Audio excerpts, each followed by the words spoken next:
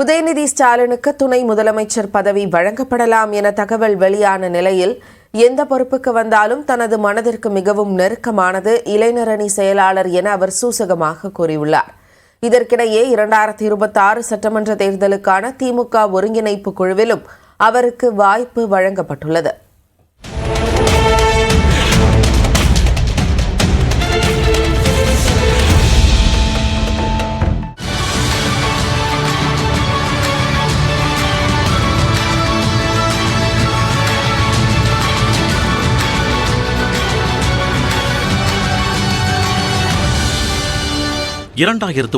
ஆண்டு மக்களவைத் தேர்தலுக்கு பிறகு தமிழ்நாட்டில் துணை முதலமைச்சர் பதவி முதன்முறையாக உருவாக்கப்பட்டு அதில் அமர வைக்கப்பட்டவர் தற்போதைய முதலமைச்சர் மு.க. ஸ்டாலின். அதன் நீட்சியாக ஸ்டாலினுக்கு பிறகு ஆட்சி அதிகாரம் உதயநிதியிடம் செல்லும் என்று கூறப்பட்டு வருகிறது. மு.க. ஸ்டாலின் முதலமைச்சராக பதவியேற்ற நாள் முதலே உதயநிதிக்கு விரைவில் துணை முதலமைச்சர் பதவி வழங்கப்படலாம் என்ற பேச்சும் அடிபட்டு வருகிறது. வரும் ஆகஸ்ட் 22ஆம் தேதி முதலமைச்சர் மு.க. ஸ்டாலின் அமெரிக்கா செல்லும் முன்பு உதயநிதிக்கு துணை முதலமைச்சர் பொறுப்பு வழங்க வாய்ப்புள்ளதாக கூறப்படுகிறது. இந்நிலையில் சென்னை தேனாம்பேட்டையில் உள்ள அன்பகத்தில் திமுக இளைஞரணியின் 45வது ஆண்டு தொடக்க விழா நிகழ்ச்சி நடைபெற்றது. இதில் பேசிய அமைச்சர் உதயநிதி துணை முதலமைச்சர் தொடர்பான வதந்தியை படித்துவிட்டு சிலர் துண்டு போட்டுள்ளதாக கூறினார். துணை முதலமைச்சர் அப்படின்னு பல முறை என்னை பத்திரிகை நண்பர்கள் கேட்டபோது கூட சொன்னேன். ஆமாம், எல்லா அமைச்சர்களுமே எங்களுடைய முதலமைச்சருக்கு துணையாகத்தான் இருப்போம். இங்கே வந்திருக்கக்கூடிய அத்தனை அமைப்பாளர்களுமே நம்முடைய முதலமைச்சருக்கு துணையாகத்தான் இருப்போம். எவ்வளவு பெரிய பொறுப்பு வந்தாலும் என்னுடைய மனதிற்கு மிக மிக நெருங்கிய பொறுப்புனா அது கண்டிப்பாக இந்த இளைஞரணி திராவிட முன்னேற்ற கழகத்துடைய இளைஞரணி செயலாளர் என்ற அந்த பொறுப்பு தான். உதயநிதிக்கு துணை முதலமைச்சர் பதவி கொடுப்பது குறித்து முதலமைச்சர் தான் முடிவெடுக்க வேண்டும் என்று திமுக பொதுச் செயலாளர் துரைமுருகனும் கூறியுள்ளார். அங்கிங்கராதபடி எங்கும் ஒலிக்கிறது. முடிவெடுக்க வேண்டியவர் முதல்வர். முறையாக கட்சியில் வளர்ந்தவர், கட்சியினுடைய சட்டத்திட்டங்களுக்கு உட்பட்டவர். என்னுடைய தனிப்பட்ட மரியாதைகளை விட கட்சியினுடைய நோக்கு பலம் சற்று தான் நான் எதிர்பார்க்கிறேன். உதயநிதிக்கு துணை முதலமைச்சர் பதவி வழங்குவது நிர்வாகத்தில் புதிய பாய்ச்சலை ஏற்படுத்த வாய்ப்பு இருப்பதாக மூத்த பத்திரிகையாளர் ராமகிருஷ்ணன் கருத்து தெரிவித்துள்ளார். அந்த பொறுப்பு கிடைப்பது என்றால் புதிய அதாவது தமிழகத்திற்கு அந்த ஒரு இளைஞர்கள் ஆட்சிக்கு வருவாயார்களானால் அது ஒரு புதிய திசையில் தமிழ்நாடு ஒரு வளர்ச்சி திசைக்கு செல்லலாம். இதனிடையே 2026ஆம் ஆண்டு சட்டமன்ற தேர்தலுக்கான திமுக ஒருங்கிணைப்பு குழுவை அக்கட்சியின் தலைவரும் முதலமைச்சருமான மு.க. ஸ்டாலின் அறிவித்துள்ளார். இதில் அமைச்சர் உதயநிதிக்கும் வாய்ப்பு வழங்கப்பட்டுள்ளது. அவருடன் அமைச்சர்கள் K.N. நேரு, ஏவா வேலு, தங்கம் தென்னரசு மற்றும் R.S. பாரதி இடம்பெற்றுள்ளனர். கட்சியில் மேற்கொள்ள வேண்டிய மாற்றங்கள், அமைப்பு ரீதியான சீரமைப்புகளை பரிந்துரைப்பதற்காக இந்த ஒருங்கிணைப்பு குழு அமைக்கப்படுவதாக மு.க. ஸ்டாலின் கூறியுள்ளார்.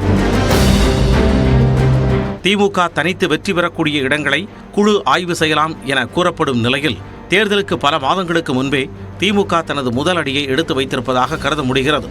மேலும் எல்லா நாளும் தேர்தலை நோக்கி என்ற திமுகவின் ஸ்டைலில் இந்த அறிவிப்பு பார்க்கப்படும் நிலையில் கட்சியை பலப்படுத்தும் நோக்கில் இக்குழு அமைக்கப்பட்டிருப்பதாக மூத்த பத்திரிகையாளர்கள் கருத்து தெரிவித்துள்ளனர். உதயநிதி ஸ்டாலின் அவர்களை துணை முதலமைச்சராக நியமிப்பதற்காக அமைப்பு ரீதியாக சீர்திருத்தம் தேவையில்லை. அது ஒரு அட்மினிஸ்ட்ரேட்டிவ் பொசிஷன் தான். இன்ஃபேக்ட் டெபுட்டி சிஎம் என்பது ஒரு அரசியல் சட்டத்தில் அங்கீகரிக்கப்பட்ட ஒரு பதவி கிடையாது. அது ஒரு அலங்கார பதவி தான். அது மோரலஸ் அடுத்த கட்டத்துக்கு யார் வரப்போகிறார், தலைமை ஏற்கப் போகிறார் என்பதை கோடிட்டு காட்டுவதற்கான ஒரு பதவி தான். ஸ்டாலின் அவர்கள் அதிகாரத்தில் வந்துட்ட பிறகு கீழே அவருக்கு கட்சியை கவனிக்கிறதுக்கு அவ்வளோ நேரம் இருந்திருக்காது. அதனால் கட்சியில் கீழ்மட்டத்தில் கடந்த 3 வருடங்களில் பலவிதமான பிரச்சனைகள் இருக்குது. குறிப்பாக பார்த்திங்கன்னா மாநகராட்சிகள், நகராட்சிகள்லாம் பல பிரச்சனைகள் இருக்குது. அங்கே இருக்கிற மேயர்கள் மேலே ஆளுங்கட்சி உறுப்பினர்களே நம்பிக்கையில் தீர்மானம் தராங்க. ஸோ இதெல்லாம் கீழ் லெவலில் சரி பண்ண வேண்டிய ஒரு விஷயங்கள். தேர்தலுக்கு முன்னாடி 26 தேர்தலுக்கு முன்னாடி சட்டமன்ற உறுப்பினராக தேர்வான பிறகு அமைச்சர் பதவி வழங்கப்படும் என தகவல் வெளியாகி அதை உதயநிதி மறுத்து வந்த நிலையில் இளைஞர் நலன் மற்றும் விளையாட்டுத்துறை அமைச்சர் பொறுப்பு அவருக்கு வழங்கப்பட்டது. அதே பாணியில்தான் தற்பொழுதும் துணை முதலமைச்சர் பதவி குறித்த தகவலும் உலா வருகிறது. எனவே உதயநிதிக்கு துணை முதலமைச்சர் பொறுப்பு ஒதுக்கப்படுமா என்பது விரைவில் புலப்படும் என்றே எதிர்பார்க்கப்படுகிறது. உதயநிதி ஸ்டாலினுக்கு துணை முதலமைச்சர் பதவி வழங்கப்படலாம் என தகவல் வெளியான நிலையில் எந்த பொறுப்புக்கு வந்தாலும் தனது மனதிற்கு மிகவும் நெருக்கமானது இளைஞரணி செயலாளர் என அவர் சூசகமாக கூறியுள்ளார். இதற்கிடையே 2026 சட்டமன்ற தேர்தலுக்கான திமுக ஒருங்கிணைப்பு குழுவிலும் அவருக்கு வாய்ப்பு வழங்கப்பட்டுள்ளது.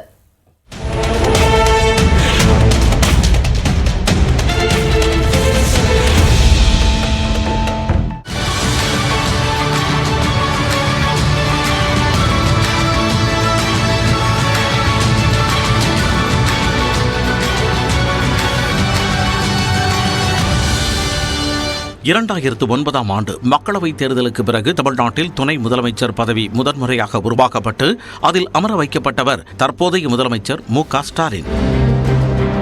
அதன் நீட்சியாக ஸ்டாலினுக்கு பிறகு ஆட்சி அதிகாரம் உதயநிதியிடம் செல்லும் என்று கூறப்பட்டு வருகிறது.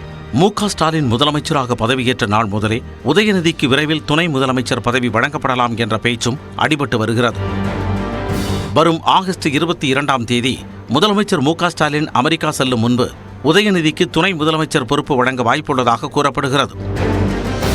இந்நிலையில் சென்னை தேனாம்பேட்டையில் உள்ள அன்பகத்தில் திமுக இளைஞரணியின் 45வது ஆண்டு தொடக்க விழா நிகழ்ச்சி நடைபெற்றது. இதில் பேசிய அமைச்சர் உதயநிதி துணை முதலமைச்சர் தொடர்பான வதந்தியை படித்துவிட்டு சிலர் துண்டு போட்டுள்ளதாக கூறினார். துணை முதலமைச்சர் அப்படின்னு பல முறை என்னை பத்திரிகை நண்பர்கள் கேட்டபோது கூட சொன்னேன். ஆமாம், எல்லா அமைச்சர்களுமே எங்களுடைய முதலமைச்சருக்கு துணையாகத்தான் இருப்போம். இங்கே வந்திருக்கக்கூடிய அத்தனை அமைப்பாளர்களுமே நம்முடைய முதலமைச்சருக்கு துணையாகத்தான் இருப்போம். எவ்வளவு பெரிய பொறுப்பு வந்தாலும் என்னுடைய மனதிற்கு மிக மிக நெருங்கிய பொறுப்புனா அது கண்டிப்பாக இந்த இளைஞரணி திராவிட முன்னேற்ற கழகத்துடைய இளைஞரணி செயலாளர் என்ற அந்த பொறுப்பு தான். உதயநிதிக்கு துணை முதலமைச்சர் பதவி கொடுப்பது குறித்து முதலமைச்சர் தான் முடிவெடுக்க வேண்டும் என்று திமுக பொதுச் செயலாளர் துரைமுருகனும் கூறியுள்ளார். அங்கிங்கராதபடி எங்கும் ஒலிக்கிறது. முடிவெடுக்க வேண்டியவர் முதல்வர். முறையாக கட்சியில் வளர்ந்தவர், கட்சியினுடைய சட்டத்திட்டங்களுக்கு உட்பட்டவர். என்னுடைய தனிப்பட்ட மரியாதைகளை விட கட்சியினுடைய நோக்கு பலம் சற்று தான் நான் எதிர்பார்க்கிறேன். உதயநிதிக்கு துணை முதலமைச்சர் பதவி வழங்குவது நிர்வாகத்தில் புதிய பாய்ச்சலை ஏற்படுத்த வாய்ப்பு இருப்பதாக மூத்த பத்திரிகையாளர் ராமகிருஷ்ணன் கருத்து தெரிவித்துள்ளார். அந்த பொறுப்புக்கு கிடைப்பது என்றால் புதிய அதாவது தமிழகத்திற்கு அந்த ஒரு இளைஞர்கள் ஆட்சிக்கு வருவாயார்களானால் அது ஒரு புதிய இதுக்கு திசையை தமிழ்நாடு ஒரு வளர்ச்சி திசைக்கு செல்லலாம். இதனிடையே 2026ஆம் ஆண்டு சட்டமன்ற தேர்தலுக்கான திமுக ஒருங்கிணைப்பு குழுவை அக்கட்சியின் தலைவரும் முதலமைச்சருமான மு.க.ஸ்டாலின் அறிவித்துள்ளார். இதில் அமைச்சர் உதயநிதிக்கும் வாய்ப்பு வழங்கப்பட்டுள்ளது. அவருடன் அமைச்சர்கள் K.N. நேரு, ஏவா வேலு, தங்கம் தென்னரசு மற்றும் R.S. பாரதி இடம்பெற்றுள்ளனர். கட்சியில் மேற்கொள்ள வேண்டிய மாற்றங்கள், அமைப்பு ரீதியான சீரமைப்புகளை பரிந்துரைப்பதற்காக இந்த ஒருங்கிணைப்பு குழு அமைக்கப்படுவதாக மு.க.ஸ்டாலின் கூறியுள்ளார். திமுக தனித்து வெற்றி பெறக்கூடிய இடங்களை குழு ஆய்வு செய்யலாம் என கூறப்படும் நிலையில் தேர்தலுக்கு பல மாதங்களுக்கு முன்பே திமுக தனது முதல் அடியை எடுத்து வைத்திருப்பதாக கருத முடிகிறது. மேலும் எல்லா நாளும் தேர்தலை நோக்கி என்ற திமுகவின் ஸ்டைலில் இந்த அறிவிப்பு பார்க்கப்படும் நிலையில் கட்சியை பலப்படுத்தும் நோக்கில் இக்குழு அமைக்கப்பட்டிருப்பதாக மூத்த பத்திரிகையாளர்கள் கருத்து தெரிவித்துள்ளனர். உதயநிதி ஸ்டாலின் அவர்களை துணை முதலமைச்சராக நியமிப்பதற்காக அமைப்பு ரீதியாக சீர்திருத்தம் தேவையில்லை. அது ஒரு அட்மினிஸ்ட்ரேட்டிவ் பொசிஷன் தான். இன்ஃபேக்ட் டெபுட்டி சிஎம் என்பது ஒரு அரசியல் சட்டத்தில் அங்கீகரிக்கப்பட்ட ஒரு பதவி கிடையாது. அது ஒரு அலங்கார பதவி தான். அது மோரலஸ் அடுத்த கட்டத்துக்கு யார் வரப்போகிறார், தலைமை ஏற்கப் போகிறார் என்பதை கோடிட்டு காட்டுவதற்கான ஒரு பதவி தான். ஸ்டாலின் அவர்கள் அதிகாரத்தில் வந்துட்ட பிறகு கீழே அவருக்கு கட்சியை கவனிக்கிறதுக்களோ நேரம் இருந்திருக்காது. அதனால் கட்சியில் கீழ்மட்டத்தில் கடந்த 3 வருடங்களில் பலவிதமான பிரச்சனைகள் இருக்குது. குறிப்பாக பார்த்தீங்கன்னா மாநகராட்சிகள், நகராட்சிகள்லாம் பல பிரச்சனைகள் இருக்குது. அங்கே இருக்கிற மேயர்கள் மேலே ஆளுங்கட்சி உறுப்பினர்களே நம்பிக்கையில் தீர்மானம் தராங்க. ஸோ இதெல்லாம் கீழ் லெவலில் சரி பண்ண வேண்டிய ஒரு விஷயங்கள். தேர்தலுக்கு முன்னாடி 26 தேர்தலுக்கு முன்னாடி சட்டமன்ற உறுப்பினராக தேர்வான பிறகு அமைச்சர் பதவி வழங்கப்படும் என தகவல் வெளியாகி அதை உதயநிதி மறுத்து வந்த நிலையில் இளைஞர் நலன் மற்றும் விளையாட்டுத்துறை அமைச்சர் பொறுப்பு அவருக்கு வழங்கப்பட்டது. அதே பாணியில்தான் தற்பொழுதும் துணை முதலமைச்சர் பதவி குறித்த தகவலும் உலா வருகிறது.